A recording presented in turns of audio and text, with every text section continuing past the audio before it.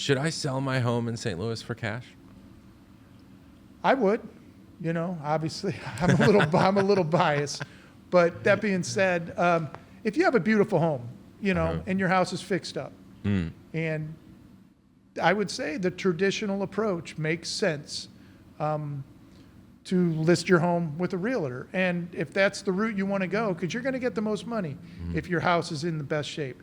You can still call us. We do still have some realtors that work with us that are great partners of ours that do a phenomenal job, and I highly recommend them. So if you're not sure if you're as is or if you're a traditional sale, you can call me. We can talk on the phone. And usually after, a 5-10 minute conversation, I can tell you what avenue makes better sense for you. I'm going to shoot it to you straight.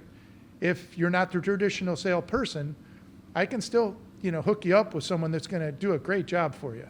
If not, I can come out and take a look at a house, and I can give you a simple, way out of selling your home, that's going to make sense.